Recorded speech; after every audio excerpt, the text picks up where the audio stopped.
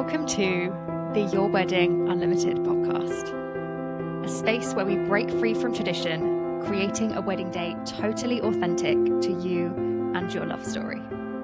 I'm Abby, UK wedding planner and owner of Elegance Unlimited, here to help you plan a wedding day that feels uniquely yours. Join me for planning tips and advice, endless inspiration, and a pocket full of calm within the chaos that is wedding planning. Consider me a trusted friend, here to walk you through it all. From injecting fun splashes of personality into your day, to reinventing tradition completely, all whilst focused on building a day bespoke to your dreams and desires. I cannot wait to get started, so let's get planning.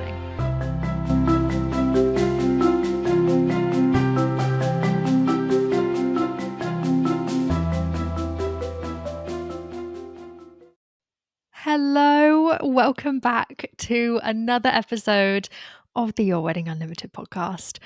So excited to be sat here again. I always have just the best time when I'm just sat here recording the podcast. So I tend to record on like a Friday at the moment, obviously when I don't have weddings and things or other shoots and things going on. I sit down and I'd record like a couple of episodes. So I just spend like a Friday morning just talking to myself essentially, but it feels like I'm talking to a friend.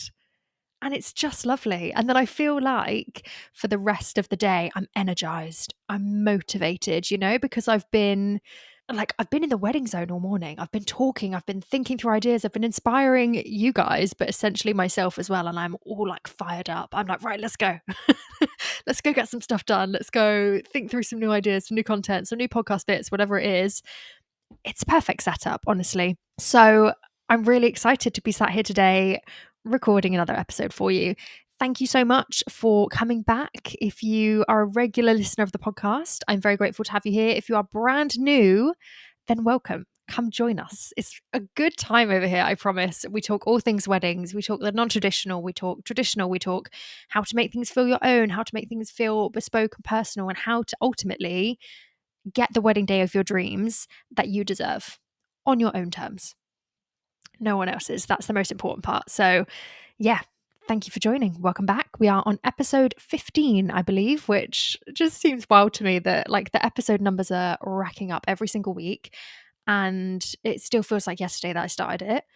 But there's so many of you now, like so many of you following me over on our Instagram. There's a nice little group of us in the Facebook page. I'm getting such lovely feedback from it, from, people listening, from other suppliers. It's just truly wonderful. So there's my little gushy moment for the day, out of the way, done. You will not hear about it anymore. We are going to get straight on into things today. If you're enjoying the podcast, like I said, if you're coming back or if you're brand new, do make sure to go and give us a review. Go and follow me elsewhere. Find everything you need to know. I always say it in the show notes. All the links, all the places that you can just click and be sent directly there. It's in the show notes. So do that at the end though, okay, once you finish listening, because we've got a good episode today and I'm really, really excited about it.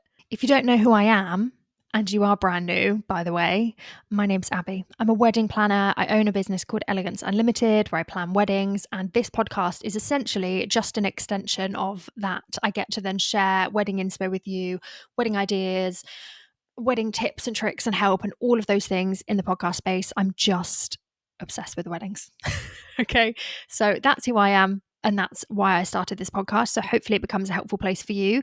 Today's episode is full of tips. Today's episode is a really helpful one that I think is going to help some people and maybe get rid of some common misconceptions, some, a lot of things I hear in the wedding industry. Sometimes on this podcast, I just like to rule those things out and just be like, hey guys, just so you know, that's not true. Or that's not the case, or let me just clear a few things up for you and make it super clear. So today's one of those episodes. Today, we are talking about the perfect wedding timeline. Okay. And maybe you hear about this a lot. Maybe you haven't come across it just yet, but there is a lot of people I hear talking about this idea of, well, when's the perfect time to do this? And when should I be doing that? And what's the perfect wedding timeline? Like how, you talk so much about making the wedding day run smoothly. Well, how do I make it run smoothly? What time do I need to do everything to make sure everything runs smoothly? So that's what we're going to be talking about today. I think it's going to be helpful for a lot of you because ultimately, whether you are hiring someone to help you or you're doing it yourself, you need a timeline for the day. You need to know when things are happening, what's going on when, and you want that day to run smoothly from A to B to C to D. It creates this really nice flow of the day, a really concise day that just makes your day feel like butter, like magic. Like you wouldn't even know that you're at an event. You're just there mingling, having a good time, pictures taken, drinks, food, all the good stuff's happening.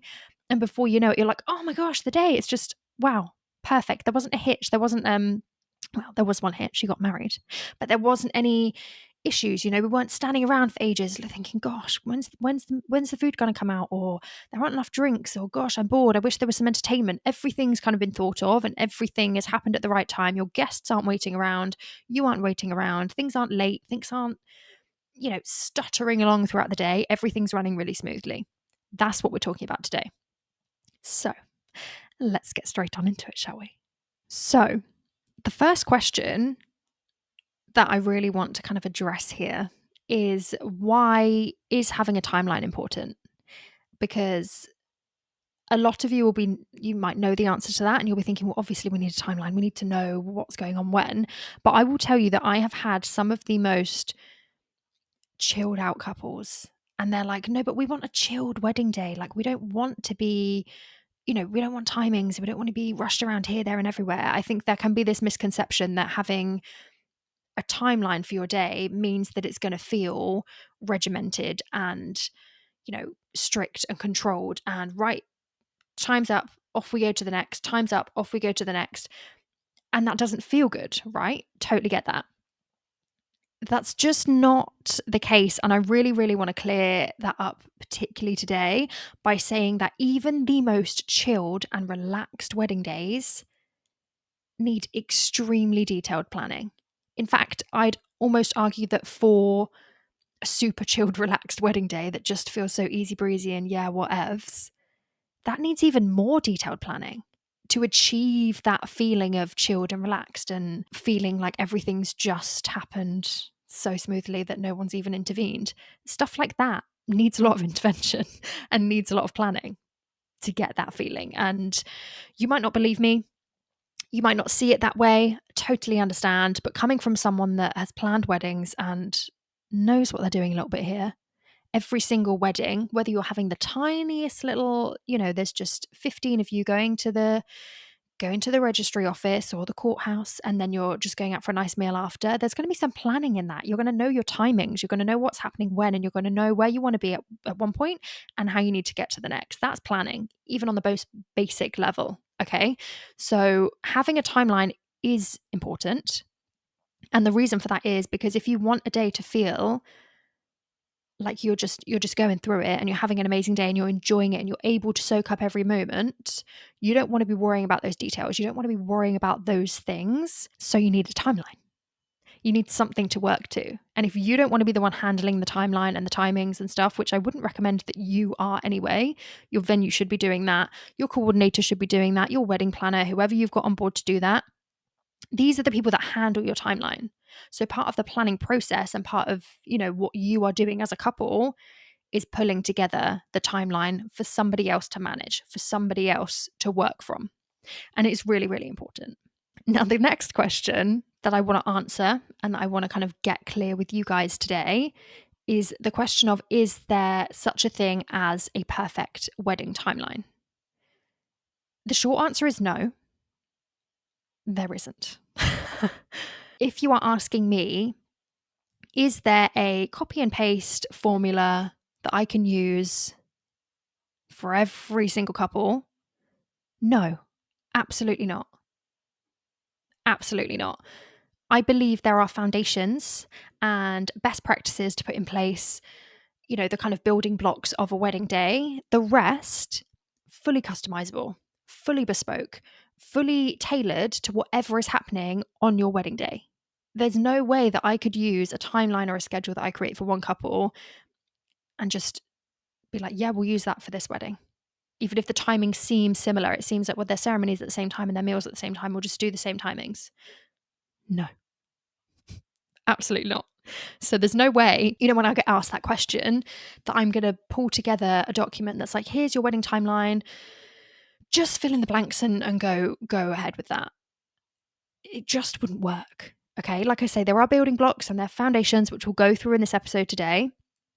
But the point being that there isn't a perfect wedding timeline in the sense of this is what you do. There is a perfect wedding timeline for you as a couple, a perfect wedding timeline for your specific day. And that needs to be thought through and planned. And it needs to be built around the things that you have going on your wedding day, which is why it's going to be so bespoke. When we are thinking about our timeline, and this is something that you will probably start thinking about straight away when you're planning, you'll be like, oh, when's this going to happen? And when's that going to happen? And surely we need to know timings for this and we need to know timings for that. You will be working on your timeline, adjusting things here and there, checking back in to make sure that it's, still working absolutely fine. You will be checking in with that plan right up until, the week of the wedding, because things change, last minute changes happen. You might think, oh, actually, we need to get this person to come here earlier. We haven't allowed enough time for that. Let's check in and adjust that timing. All of those things you'll be working on throughout the process, but it will not be finalized until the very end. This is your overarching timeline of the day. And throughout the planning process, it needs to be open to being changed. It needs to be open to adjustments because you're still putting the pieces of the puzzle together, right? You're still building the foundation. You're still putting the building blocks together. There's all those things that are coming together that you're not going to know until you do something else. And a lot of the time you say, well, actually, we don't know when we need this supplier to arrive because that's going to depend on when this person arrives. And we don't need them here until this is done. And we don't know what time this is happening. So firstly, don't stress at the beginning if you're thinking, oh my God, we just don't know how the day's going to come together. And that stresses a lot of people out. I speak to a lot of couples that speak to me and they say, oh, we're just really worried about the timings of the day and we're worried about how the day's going to go and when we should be doing this, when we should be doing that. I totally get it. Totally normal, by the way. Totally normal feeling. And I understand it because that's your wedding day. This is what we're aiming for, right? This is the end goal. And when you're pulling together these timings, you're pulling together ideas and you're thinking, okay, well, what's going to happen when? How's this going to go? Yada, yada, yada, all that kind of stuff. The wedding day timeline is the one thing that you're thinking, well, we need to get that sorted, right? Don't stress if it's not done immediately. Like I say, I am adjusting timelines and schedules and day plans right up until a couple of days before the wedding. As long as, the day of the wedding, you have a timeline that you say, this is exactly what's happening, you're good to go. And ultimately, I would say, as long as you have a timeline where the main things, the big things are in place, you're fine. Okay. When I'm talking about last minute changes and adjustments, I'm not talking about your ceremony time or when you're going to eat your meal or, the big things, because these will be your foundations. These will be the things that you're working from. So they're not so likely to change. And I wouldn't recommend changing your ceremony time, the closer it gets to the wedding, because your guests will already know that and then you'll confuse them and you'll get some that turn up early or late and that can be a bit of a mess.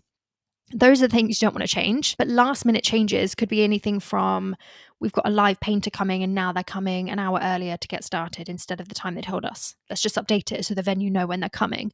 Or it could be actually we were gonna spread our speeches out throughout the day. Now I think we're gonna do them all in one go at the end of the meal. So let's adjust the timings, add on a bit of time at the end of the meal to make sure that we've got enough time to do that. Or, pull the meal forward by half an hour because we're not doing them earlier in the day. We're going to do them later on. So we're adjusting timings there for those kind of things. They're not big things. That being said, just because they're not big, major things does not mean they're not important, does not mean that they do not need to be recorded. Somebody needs to know when these things are happening. For me, these are really big, important details. As a planner, really big, important details, because if I've got the wrong information and you have decided to change your speech timings and I'm chasing around father of the bride going, come on, it's time to do your speech. And he's going, oh, hang on, I thought I was doing it later because you told him, but it's not on your timeline. You haven't told me. Those are the kind of things that can confuse things. And that's why I'll always be checking up until those days before the wedding, just to make sure that you're really fully happy with the timeline and how things are going. Now, let's talk about how to start pulling together that timeline. If you're at that position now where you're starting to get some things come together, you're going through that planning process, maybe you've got your ceremony booked, maybe you've got this booked and you've booked your florist and all these other things, some things are coming together. Let's talk about how we're going to pull together that timeline. So, the first thing you are going to do is you are going to highlight your non negotiables. And these are your non negotiables for the day. These are your non movers. These are the big building blocks that I was talking about just a minute ago. These are the things that you want to base your day around. So, this is when is your ceremony? If you've booked a registrar ceremony, what time are they booked for? What time are they arriving? When do you need to have your interviews? All those kind of things. And when is your meal? Ceremony and meal, I kind of think of as the two main, they're not the main parts of the day, but they're like your main sticking points. These are your foundations. We're going to work from those to flesh out the rest of the day and to fill in the gaps around it. And these building blocks, for want of a better word, it's kind of become the phrase of the episode, hasn't it, really? The foundations, the building blocks. These big things are going to tell you so much about how the rest of the day needs to go. So if you're stressed and you're confused and you're right at the beginning of trying to pull together a timeline, you're like, I don't even know where to start. How does a wedding day go? We'll figure out when's your ceremony. Okay. That's going to tell you when you need to start getting ready. That's going to tell you how much time you've got in the morning to do all the things you want to do pre-ceremony. And then the time that you choose to do your meal, that's going to give you two more kind of gaps to play with. You're going to have the gap in between your ceremony and your meal, which is a nice little gap to play with and fill with some things and build a timeline from there. And then you're going to have post-meal, which is your evening stuff, typically. Okay. All of this is working off that kind of typical standard wedding day. I know I'm here to try and encourage you how to do things differently. And I like to talk about the non-traditional and making things bespoke and making things personal. But there are some parts of a wedding day that just go a certain way. Does not mean they're not open to change. And we will definitely talk about that later on in the episode. But just remember that when I'm talking about this, I'm trying to give a generalization because that helps people that I think are going through this process. And we can always adapt and adjust and change things later. But typical wedding timeline, you are focusing on these two main things. When is your ceremony and when is your meal? And again, these can change. If you've booked in a celebrant and you haven't settled on a final time yet, then it's open to change, right? You can adjust by half an hour. You can push things back by 20 minutes. You can bring things forward a little bit. Your meal, you might not finalize until a couple of months before. But these are good starting points. You can put those in the plan. Ceremony this time, meal this time, and you can start to think, okay, well, how might the day go? What do we want to put in there? How do we want to flesh things out? How do we want the day to run? And what things do we need to fill into those gaps? When in the day might this really work? When in the day might this really work? When do we want to do this? Pictures and first looks and all these things. Really important things to think about, okay? So, when you are figuring out your wedding day timeline, you've got your non-negotiables in place. This is what you're going to do, okay? I've got a little step-by-step number for you, so we're just going to work through those now. Number 1, figure out when your ceremony is going to be. Ultimately, this is the point of the day. This is what you're bringing everyone together for the wedding, for the marriage, whether you're doing a legal ceremony on the day or not. That's what people are coming to see, right? That's what you've invited them for. Come and celebrate our wedding with us. Come and watch us get married. So I'd start with that always. After that, you are going to work backwards to plan your wedding morning. So if you are having a 1 p.m.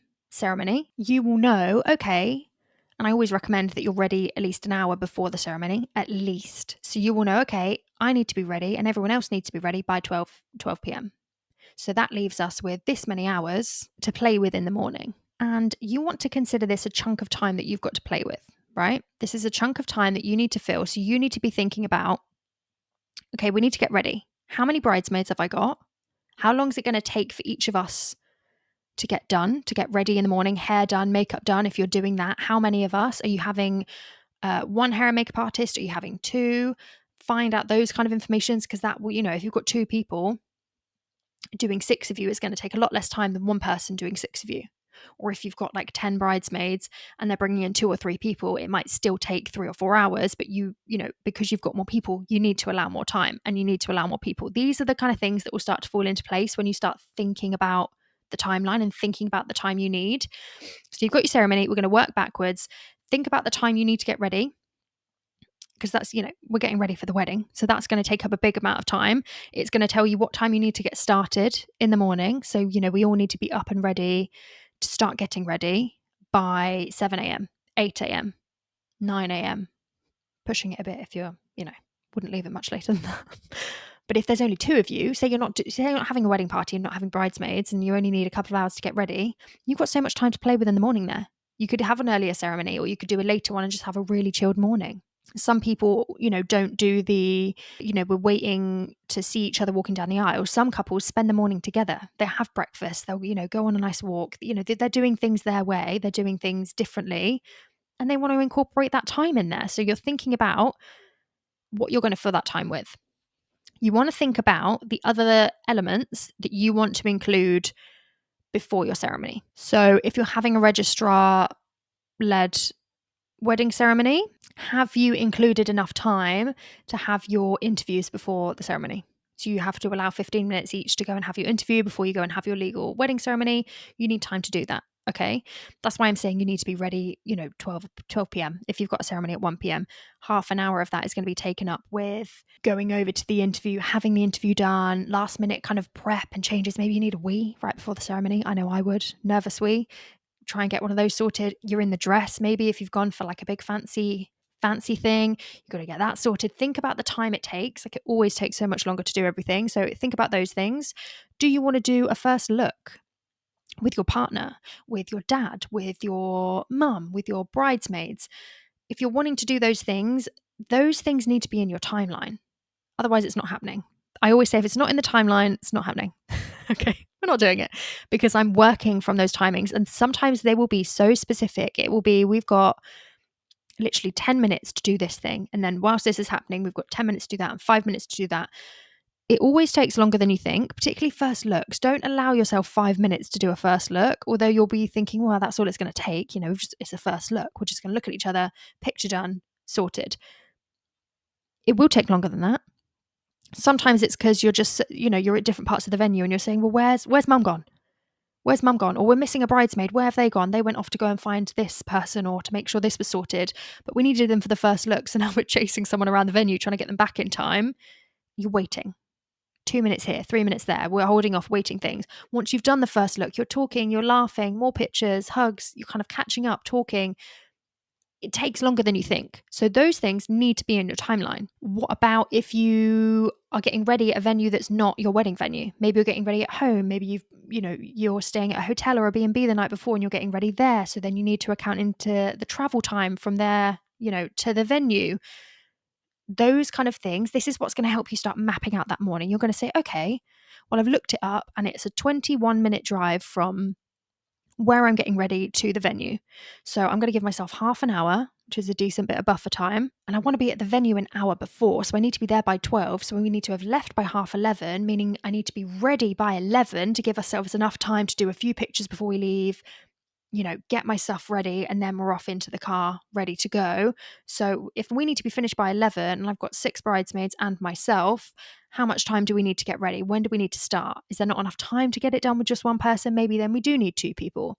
This is the way that things start to flesh together, and it's a process, right? Don't think that you're going to get it all done in one sitting when you're sitting down for a wed midnight with your partner and you're thinking, right, tonight we're doing the wedding timeline.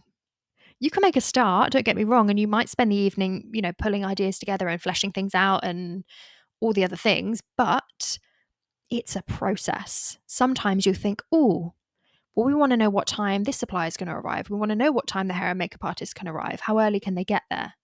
What time can they stay until? So that's an email, right? That's an email conversation that you can't get sorted in an instant. You might be sending them an Instagram message or an email to just say, hey, just a question whilst we're doing this, if you haven't got that info already.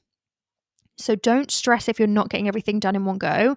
But this is why I wouldn't be leaving your wedding timeline to the very end of the process. For me, it's something that, as soon as I'm taking on a client, I'm like, right, get the template set up. What do we know? When are certain things happening? And then let's fill in the gaps and adjust. You can move things around, actually push this before there, do this after that, need 20 minutes longer for this. It changes, okay? So back to the timeline. You've put in your ceremony, you've put in all the things before the ceremony that you want to happen. This is your kind of morning section. Then we've got the actual ceremony, right? The thing's happening, the wedding's happening, the marriage is happening. Usually it's half an hour. If you're going registrar-led, half an hour. Not including the interviews. So this is your like walking down the aisle, doing the talky stuff, and then walking back up. Usually half an hour. Half an hour is a good amount of time. If you go for a celebrant-led one and you want to do one that's an hour, fine. You can definitely do that. I'd make sure that you're not putting in things just for the sake of it. You want it to be not too long, if that makes sense. Remember that you're asking people to sit there. They haven't eaten yet. They've just got there. Maybe they've been waiting around for an hour before the ceremony because you wanted them there a bit earlier. So as lovely as the ceremony is and you want it to go on forever, some people do, some people don't, but don't have that too long. So usually 30 minutes to 60 minutes is my point, would be your ceremony time. So that can go in the timeline, okay? And the details of what's included in that ceremony, and if you're going registrar-led, they'll kind of do that for you. If you're going celebrant-led, the details of what can go in that can come later, right? You're just blocking out that time. And we can fill in the gaps later with the specific details of what's happening when this song gets played at this point. This is the song we walk down to. This is the song we walk back to. This is the speech that's being read in the middle. This is the reading that my niece is going to do in the middle of the ceremony. Those kind of things. I know that your brain will be flitting around from one place to another when you think wedding timeline. Those kind of things will start to crop up as well. You don't need those until nearer the time. Okay. You don't need to fill those in until later. When I'm talking wedding timeline, I am talking your basic details. Okay. For me, I have a timeline and then I have like a schedule itinerary. And the timeline is our basic 8 a.m. arrive, hair and makeup, travel, ceremony, all the other stuff. Okay. And then the schedule is okay, well, 8 o'clock till 10 past 8, this is happening. 8:30 to 8:45, this is happening. This person's arriving. So and so's there. You might not want to do it that way. If you're planning it yourself, you might not go to that deep of a level. If you work with me, I will always go to that deep of a level. My documents and my schedules and my spreadsheets, I need that information. So we'll go through all of that and we'll add that in at a later time. Okay. You don't have to have it documented that way. You don't have to do it in that way at all. As long as everybody has the information they need, essentially, you're fine. So for now, let's just put in the ceremony time. Now, post-ceremony, this is where I mentioned earlier, you get to have a bit of fun here. Okay. This is the time where your guests will be mingling. Maybe you'll be having some pictures. Your guests are likely going to want something to eat or drink. So you're not quite having the meal yet, unless you choose to have a really early meal and you go straight into that. By all means, you could do. Typically, coming back to that typical wedding day, this will be your drinks reception time. So you'll finish your ceremony. You might be mingling for a little bit before you go off for some pictures. You're saying hi to everyone. Thanks for coming. So you want some drinks. You want maybe some canapes. We talked about it in a previous episode. Maybe you cut your wedding cake at this time. Give people something to eat. Maybe you've got some food, some drinks, some music, some live music maybe, or you've got a playlist playing. This is your time when you can have a bit of fun. Okay. So think about, again, like earlier, we were thinking about what elements do we want as part of our pre-ceremony stuff. First look, travel, pictures, pre-ceremony, all of that kind of stuff. Well, this is the time when you think, okay, what things do we want post-ceremony but pre-meal? So maybe that's some entertainment. Maybe you've got a magician. Maybe you've got a live wedding painter or live illustrators. You know, the ones that come and like paint and draw pictures of your guests. Obsessed with those. Maybe you've got someone that's come to do that. Maybe you've got garden games. Maybe you've got I'm just trying to think of things off the top of my head now. Maybe you do a photo booth at that point. You've got a lovely outdoor space and you wanted to get a photo booth. Maybe you've got that. Maybe you do cut your cake at this time. Maybe you decide we're going to do our first dance at this time because we're out in this lovely courtyard in an outdoor space. It's daytime, the lighting's perfect, and we want to do our first dance. We just want to have a moment where everyone's just watching us. You can do it then, by the way. You don't have to wait until the evening to do your first dance. You could do it any time of the day. Truly, there's no rules. And I've seen people do it before, not people that I've worked with, but I've seen weddings where they've done it like straight out of the ceremony. They've gone into their first dance. And I love that because everyone's still like there's still attention's still on you fully. Nobody's got too drunk yet, hopefully. And it can be a really nice moment if you want it in the daytime. And then you're leading into like mingling, everyone's saying, oh, the dance is so lovely. You've got some music on. Love that vibe. Love that. So maybe that's something that you want to incorporate. That needs to be in the timeline from this time to this time, first dance.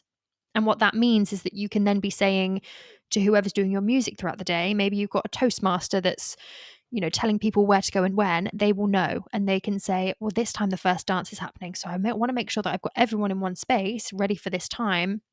so that nobody misses it and so that photographer catches it. If your photographer needs to know your timings as well, because you don't want them running off for a quick wee break and then they miss the first dance because you hadn't told them that you were actually going to do it way earlier on in the day. Things like that need to be included in the timeline, and they need to be communicated really, really clearly. Maybe instead you even decide we're just going to go off for 20 minutes. We're going to take our parents with us, both sets of parents. We're going to have a bottle of champagne, 20 minutes post-wedding ceremony, and we're just going to spend a bit of time together, just soaking in the fact that we're married. And then we're going to go out and do our drink reception and we're going to check in with everyone. Once they've started having some food or drinks, maybe there's, multiple things going on at one time. Your guests are doing this whilst you're doing this. That's absolutely fine, but it needs to be in the timeline. So where you've got this time to play with, you've got a bit of time and space to be thinking about what you want to fill it with. Brainstorm some ideas. Nothing needs to be set in stone right at the very, very beginning. You can play around with, would this work then? Would that make sense? Could we do that then? Could we do this then? And, think about where it's going to be in the venue. Maybe it makes sense to do your cake earlier on in the day because it's going to be in this specific part of the venue, and then you don't have to bring everyone back or move the cake or certain parts of decor because you really wanted the cake in with the pictures with all this type of decor. So it makes sense to do it earlier. Maybe it's that kind of situation. What we're doing here is we're thinking about ways to make the day personal, thinking about ways to make it right for you. Because if you are going for a typical wedding day setup, you come in, you walk down the aisle, you do your ceremony thing, you do your meal, you do your first dance, all this kind of stuff. Sometimes it can feel like you are just doing a copy and paste. This is what you do at a wedding. And that's fine. There's nothing wrong with that. The weddings are beautiful always, okay? But if you are looking for ways to inject a bit more a bit more personality, something that feels just perfect for you guys, this is the time where you have that flexibility to do something a bit fun. You're bringing the live illustrator in. Maybe you're doing your first dance and you're getting people involved. Maybe you're doing something involving your nieces and nephews because you've still got kids there earlier on in the day and they're all leaving for the evening maybe. Whatever it might be, think about what's going to work, brainstorm, and just have a play around with some timings. The next part of the timeline is typically going to be your meal. At some point, you are going to need to feed your guests, and you want to time that. You can go a bit off kilter and kind of go, actually, we're going to do this. This is typical and this is standard, but we're going to make people wait an extra hour and do this instead, or push things forward, whatever it might be. Just bear in mind, people get hungry and thirsty. And what happens when people get hungry? If you're me, the hanger is real. Honestly, me and my partner, we are two of the hangriest people I've ever met in my life. So when we're both together and we're both starving, it's insufferable. Truly insufferable. If I'm hungry and angry and he's hungry and angry, it's a recipe for disaster. Put together a room full of people feeling hungry and angry. Not the vibe. So make sure that you're timing the meal properly. If you decide that you're not offering any food in your drinks reception, you're going to want to do an earlier meal because people are going to be hungry. If you've asked them to get there for 12 o'clock, ready for a 12:30 or 1 o'clock ceremony, and you're not feeding anyone till 6 o'clock, and maybe people have had to travel for an hour to get there, so they've not really had a proper lunch. They've eaten something earlier and then they're not eating. They've not had a lunchtime and you're asking them to wait till dinner. Recipe for disaster. Please don't do that. So what you'll need to do is plan a perfect time for you when your guests are starting to feel a bit fidgety, when they're hungry but not too hungry, and you want to plan out when your meal is going to be. Now, this is usually a big chunk of time, 2 hours, 3 hours, but again, you're filling that. Within this kind of chunk of time is another mini timeline of how your meal is going to go. So maybe you're doing different courses. Maybe you're having a 3-course sit-down meal, a 4-course, 5-course sit-down meal. I don't know. Maybe you're doing food trucks. Maybe you're doing a buffet. Maybe you're doing graze tables. Whatever the style of food is, think about it. How's it going to go? Are you doing speeches during that time, or are you doing them at a different part of the day? Incorporate those. Incorporate time for chatting. Incorporate anything else that you are doing in that part of time within that timeline. And again, the details can be fleshed out and adjusted. You could say, we're going to do our meal from 3 till 6. And months and months and months go by, you're planning other things for your wedding, you're pulling in different suppliers, other things come in, and then you think, well, actually, now we can refine that. We can narrow this down and we can say, yeah, we're going to do from 3:30 until 5:45. That's how long our meal is going to be, because straight from the meal, we're going into a cake cutting. So we've allowed 15 minutes for that to take us till 5. Then we've got another bit of mingling and entertainment. Then we've got the evening and the dancing and all the rest of the stuff. Fine. Things can be refined and narrowed down later down the line. You don't need to know it all right at the very beginning. So I've just kind of briefly mentioned a little bit there, but after the meal, after you've planned that into your timeline, you're going to want to think about your post meal. And this is the kind of like the final section of the day, right? You've done the ceremony, you've had your wedding, the marriage stuff, you've fed everyone, we've done the sentimental stuff typically, and then typically here in the UK, you're getting into the booze up, the party, right?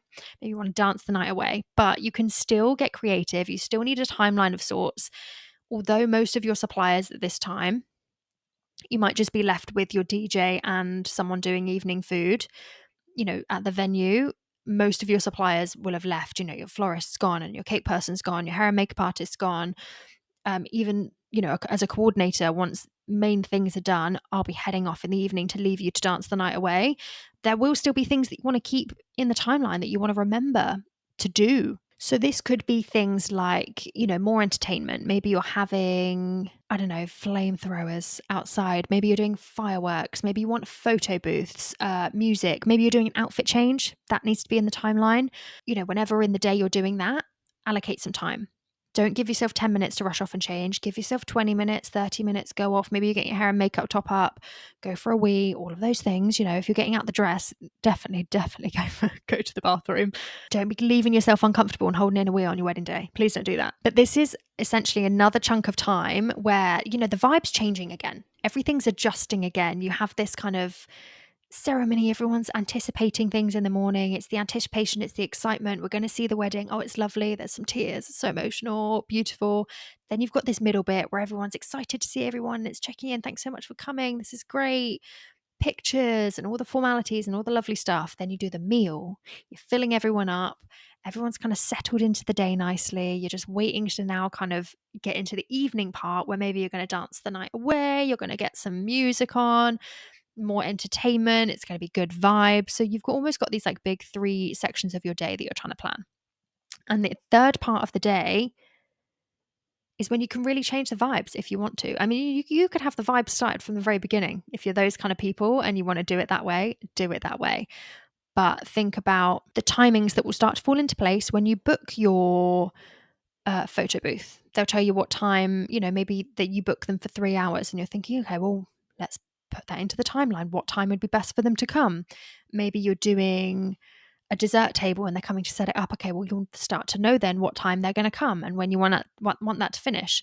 You'll typically want to feed people again.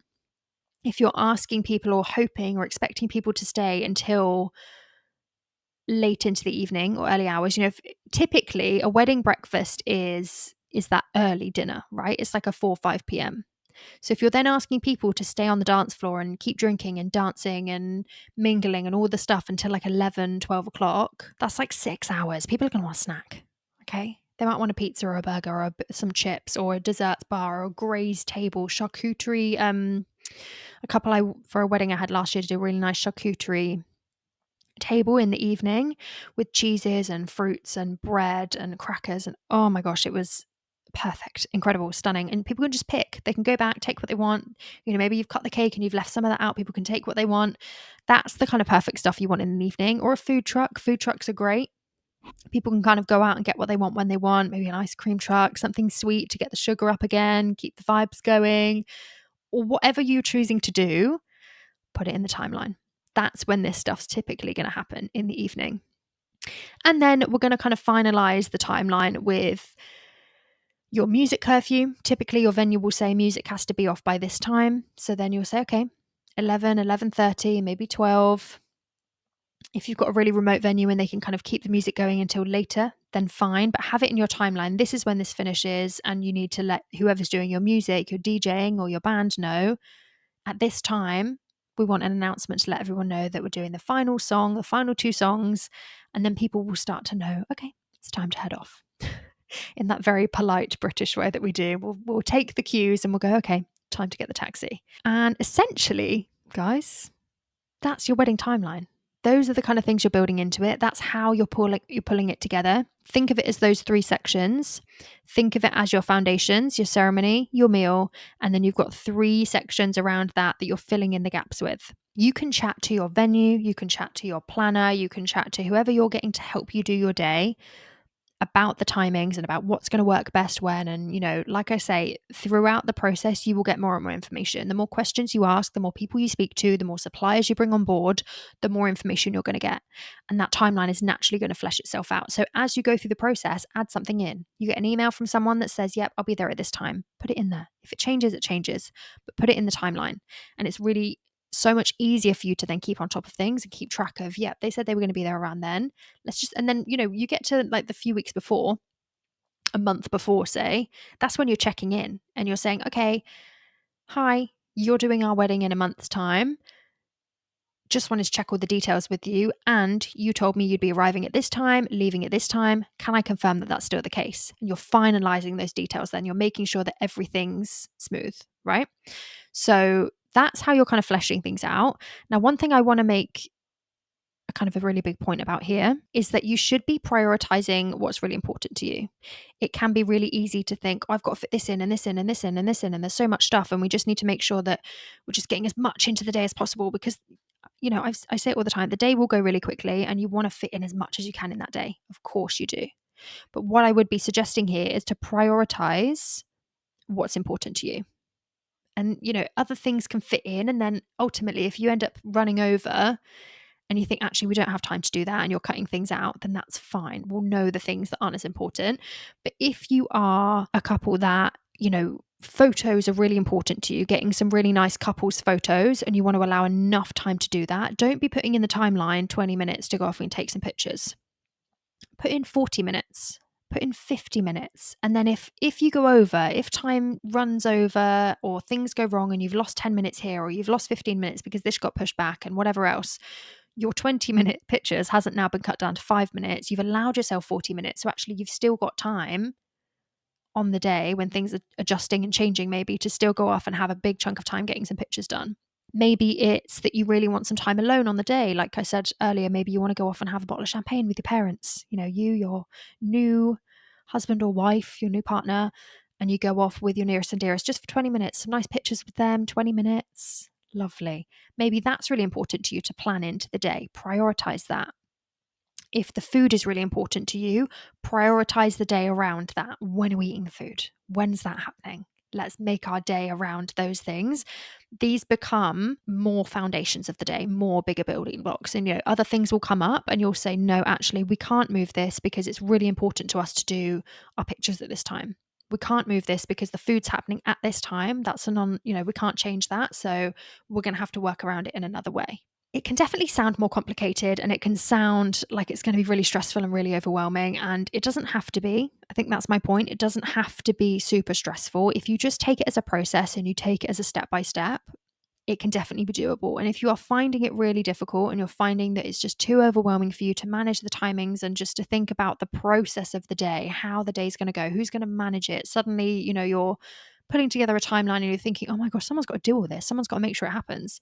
If you're finding that you're feeling really overwhelmed and stressed by that, get some help. Get some help from someone. Always check first what your venue will do and what your venue won't do. Typically, it'll be the venue stuff. There might be a couple of extra things you can ask them to do on the day that don't typically come with what they do. Fine, but speak to them, start asking for help if you need it, because that's a really good time to be saying, listen, we've got all these plans, but can you just please just do it for us? And that can be perfect for you. So think about that. Another really important thing when you're pulling together your timeline is to think about the flow of the venue. So when we want a really smooth, seamless day, we want things to feel natural. We want things to feel like it's just like water flowing down a river that's just gently moving people from space to space in a venue. And, this could be the case if you've got a venue where you're having your ceremony inside, say, in the barn, and then you need to get everyone out of there so that you can turn that space around, turn it into the place that you're then going to be eating in, and then get everyone back in. You need that to feel natural. You need that to feel like it's a natural flow of the day. So you need to be thinking, okay, post ceremony, we need to get everyone out of the barn, say, Bring them outside. That's where we're going to do our canapes, our drinks, our photos. Maybe we've got a little marquee outside if the weather's not supposed to be great, depending what time of year. But we're bringing everyone outside. Whoever's turning that room around and changing it into meals has got a couple of hours to go in and do that. And then naturally, you want that flow to feel like everyone's just sweeping back in. You want it to feel smooth, okay? And that can be done with your timeline. Having a Toastmaster, having a wedding planner, having a coordinator, venue people that can be like, all right, everyone, come on back in. It feels smooth. You're not going, right, everyone outside. Oh, actually, no, we're not doing pictures here. Move from here. Sorry. Oh, we're missing some people. Sorry. Who's coming here? We're missing so and so. They need to come from here to there. I've done so many weddings where, and it doesn't ruin the day by any means. Let me just preface that. But there will be like, they're trying to do pictures after the ceremony and you just can't find a few people. They've just gone because the communication was not clear and they're just off somewhere, off to get a drink. They've been gasping for a drink or they need a wee or something else. And everyone else has gone for these photos and then they miss out on them because you can't find them. And then I'm running around the venue going, I don't know what they look like. I don't know who they are. So I'm trying to find these people, bring them back to where they need to be. And the day feels a bit more stunted. It's a bit more staggered and you're kind of, oh, okay, hang on. Oh, let's go back and do this. And trying to bring people back to something that they've already thought they were done with, like pictures. You're like, hang on, just a few more pictures. Come back here, come back here. It's not a deal breaker by any means, but it doesn't give you that smooth flowing feel, especially if that's happening multiple times throughout the day. Once or twice, fine, no biggie. It happens, right? That's life. You think, oh, hang on, come back. But if you've got, as a collective, you've kind of sent all your guests away and then you're bringing them back over here and, oh, actually, no, now we're moving here and now we're moving there and it doesn't feel right. It's really hard to explain in a way that makes sense, but you'll just, if you've ever been to a wedding that feels like that, you'll know what I mean, where you're like, oh, where are we going now? Oh, okay. You want it to kind of feel like your guests just know where they're going. And then they're kind of being gently ushered into another space and they're kind of, think of them like sheep. Okay. I always refer to guests as being like sheep. You need to like herd them. You know, you need someone on the day to be the sheepdog and just be like, come on, this way. And they go where you need them to go and they're not questioning things. They're not getting confused. You're not losing a few over into another field in another part of the venue. Everyone's kind of kept in this really nice intimate space that they're kept as part of the day. Your timeline will have an effect on that because if you're bringing people out, sending them off here, bringing them back there, or actually we wanted to do those pictures in this part of the venue, everybody back over there, and now we can come back. You're just sending people just to get their steps in for the day, surely. We don't want that. So think about the flow of your venue. Does it make sense when you're coming out from one place to do this at a different time? You know, if you're not turning a room around, maybe your venue just has multiple beautiful spaces that you want to utilize. Think about, again, what the natural flow of that is. When you're coming out from your ceremony space, what's the closest? What makes sense to do in this space? What's going to be ready at this time? You know, where can we naturally guide people to? And then we have this beautiful flow of a day that just feels smooth. That's really going to impact your day. What you want essentially is for your guests to barely notice that things are happening. And you just want them to be, you don't want them to notice that they're being moved from one place to the other. Right, everybody up, come on, here we go. You just want it to be like, oh, off we go. Here we go, get another drink. Everybody's over here. We're just kind of moving from place to place. I'm moving my arms around a lot today. If you're watching on YouTube and you're seeing the videos, I do apologize. I'm just truly jazz handsing, flouncing around all over the place. I'm just trying to get my point across. I'm trying to, really get through to you what I mean by the flow of the day. Another thing you want to think about when it comes to your timeline is the sunrise and the sunset. Don't forget about the sun, okay? When's it coming up? When's it going down? Do you want sunrise pictures? They need to be in your timeline. If you're at a venue where the sun sets, I meant sunset pictures. Did I just say sunrise? Sunset pictures. If you're at a venue where you can get really gorgeous sunset over the field or through the back of the venue, wherever, put it in your timeline. Google it and it will tell you when the sunset is. Let your photographer know, say 15 minutes before. We need to be there. We want to be ready because the sunset's gone in like a couple of minutes. You don't have long. So if you want to capture those perfect pictures in the timeline and have one person, two people, however many people as you need to tell, saying, keep an eye on the time. Do not let us miss that moment. Things like that, if it's important to you, will be in the timeline. Now, as always, all of this to say, you don't have to follow traditions. You can scrap all of this. There is absolutely nothing to say that you can't just scrap all of the typical timings and make up your own thing from scratch. Do whatever you want to do. There's absolutely nothing to say that you can't do that. And if you want to do it, do it. Like I say, aside from the legal bits, if you're doing the legal wedding on the wedding day, you will have a specific timing for that. And they'll kind of tell you, we've got this time, this time, this time. And you choose. Fine. Otherwise, you really can do what you want. Like I say, these gaps are yours to fill. You can move things around. You could even decide we're not doing a ceremony early afternoon. We want a twilight ceremony. We want a sunset ceremony, or we want an evening ceremony because with the lights and everything, it's really gorgeous at this venue. So actually, we're going to get everyone together and we're going to do like mingling in the morning. We'll get ready still. We'll do mingling, we'll do pictures, but we're not married yet. We're just going to have some drinks. Then we're going to sit down, have a lovely meal. It's like our last meal together before we're married. Lovely. And then we're going to do a ceremony in the evening. You could absolutely do that. It's different. People wouldn't expect it, and it's not the norm and the convention. But who says that you can't do a later ceremony? I know that in different cultures, they tend to do their wedding ceremony like later on. It'll always be from like 4 o'clock or 6 o'clock, and then they'll go later on in the evening. So other cultures do it, but there's nothing to say that you can't get people together for the day, have a lovely wedding type day, even though you haven't had the ceremony yet, and you just do the ceremony at the end, then head off straight into dancing or head straight home. Who says that you can't do that? On the same stretch of not following traditions, you could decide, actually, we don't do the dancing thing. We don't like going out dancing, and we don't like the late night thing, and it's not our vibe. So actually, we're just going to end the day after the meal. We don't want to have the evening thing. Plenty of people do that, and that's absolutely fine. Or you could decide, we're just going to go home. Our favorite thing to do is just to sit and watch movies, or we just want to have a big pajama party and just get into bed and just relax after such a long wedding day. Like, we just want to soak up that first night, just chilling together. Maybe we go cook our favorite meal, whatever. There's no one to say that you have to have the evening part of a wedding day or the morning part of a wedding day. Like, you can do whatever you want. If you want to get married, have your meal, and then just go home for an early night, good for you. Do it. Do not let anyone tell you what to do. Do not anyone's judgment stop you from doing what you want to do, because I guarantee if you said, actually, we're not going to do the evening thing, we're not doing a party, whatever, we're just going to go home and do what we want to do, someone's going to kick off. Of course they are, because people are rude. People are entitled. And when it comes to other people's weddings, the entitlement that people find within themselves, honestly, never fails to surprise me. But don't let anyone stop you from doing that if that's what you want to do.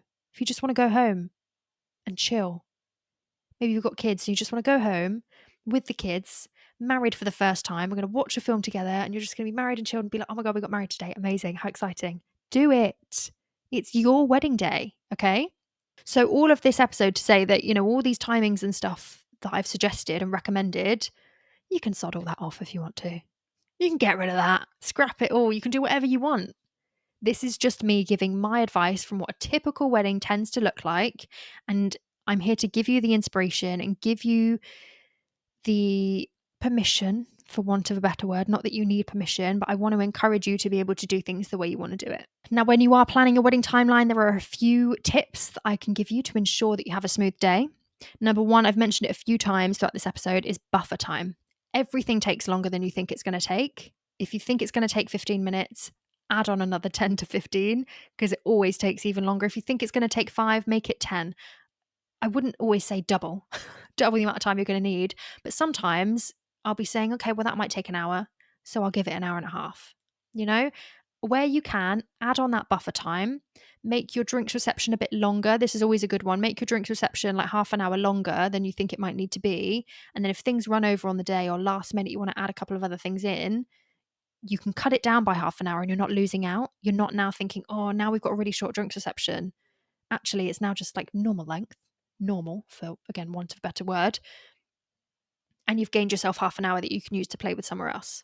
Tip number 2, communicate everything as clearly as possible. Your wedding timeline is your wedding day, right? This is how the day's going to go. This is the flow. This is the running. This is our plan for the entire day. So everything needs to be communicated. Ideally, you want it down in a document somewhere, and you want to hand that over to someone that you trust with your life, to make sure that they give you the wedding day of your dreams, to make sure that they're keeping to time, they're checking on things, saying, this is happening at this time and so is not ready. Let's chase up on that.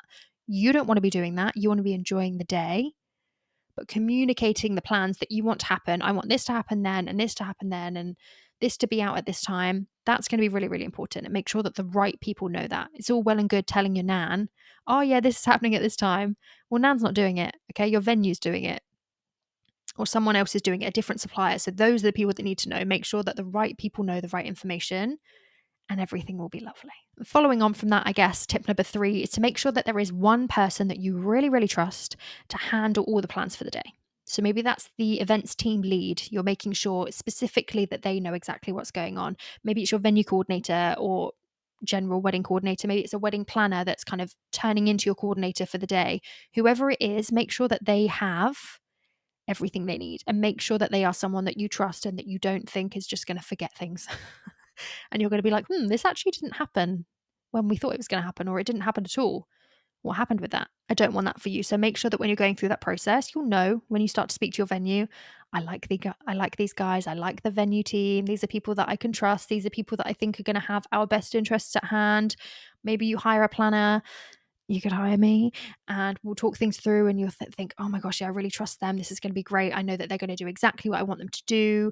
Maybe you get yourself a Toastmaster, which I've mentioned a few times in this episode, someone that can take your guests from A to B, do the announcements, do all the things, and you really trust them to do exactly what you want them to do. Trust is a big thing here. So make sure that you're hiring the right people and telling the right people the right information, giving them everything that they need to know. And that's it, I think. Honestly, remember that every wedding day is different. Every wedding day is totally unique. So have a play around with some different timings. Have, a play around with some different ideas. See what might work.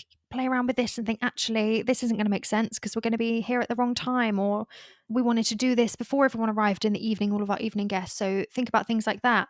There'll be certain timings in the day that you think, well, all of this needs to be done before our evening guests arrive. So that's going to affect things as well. So many things are going to crop up and you're going to think, oh, well, we need to do this at this time. And it will fall into place. Okay, I promise. But if you do need any help, if you need any extra support, you can always reach out to me and see if I'm free on your day, see if I'm available. We can have a consultation. It's always free, and you can hire me to help you have the wedding day of your dreams. So if you do need some extra support, you need some help, you've got questions, you want someone that you can rely on, you want an extra powerhouse on your dream team, your wedding day dream team, then please do reach out to me. The information is in the show notes, as I mentioned at the start of the episode. My business is Elegance Unlimited. You can find me, but again, all the links are in the show notes. So come and give me a little message. Come and reach out and we can have a chat about your wedding day. I would truly love that. And again, back to front wedding day. If you're doing it that way, I want to hear from you. This has been a fun one, guys. I've liked talking about this. Honestly, the organization and the logistics, the stuff that other people find stressful and boring, I really thrive on it. I do. I really enjoy it. So I've loved this episode, and I hope that it's been a helpful one for you. I hope that you're feeling more ready to tackle your timeline. I hope that you're feeling more prepared, more understanding of how your day might go. And if you still have questions, if there's things you want me to go over in a bit more detail, send me a DM, send me a message. I can do another episode on it, or I can do a Q&A over on my Instagram, or I can just reply to you and just let you know, yeah, you're on the right track. You're all good. No stress. So yeah, by all means, reach out. I'm only a DM away. But other than that, my friends, that is going to finish today's episode. Thank you so much for listening. I am eternally grateful, as always. If you are new, if you are returning, I'm always super thankful for keeping this podcast growing and alive, and it's all very exciting. So thank you again, and I cannot wait to be back for next week's episode. Bye. Thank you for listening to the Your Wedding Unlimited podcast. I hope you're feeling inspired and excited to create your dream wedding day and those lasting memories. Don't forget to hit that follow or subscribe button so you never miss an episode. I'll be back next Wednesday with more tips, advice, and inspiration. In the meantime, don't be a stranger. Come and find me on Instagram and TikTok at Your Wedding Unlimited, where I share even more wedding ideas and behind-the-scenes insights. You can also watch these episodes on YouTube at Your Wedding Unlimited. And if you're looking for even more support, come and join my private Facebook group, Your Wedding Unlimited. It's an amazing community of fun and authentic engaged couples, packed with extra tips, advice, and insights to guide you along your journey. If you have any questions or need more info, you can DM me or send me an email at yourweddingunlimitedpodcast@gmail.com. All links and details will be in the show notes. Until next time, happy planning!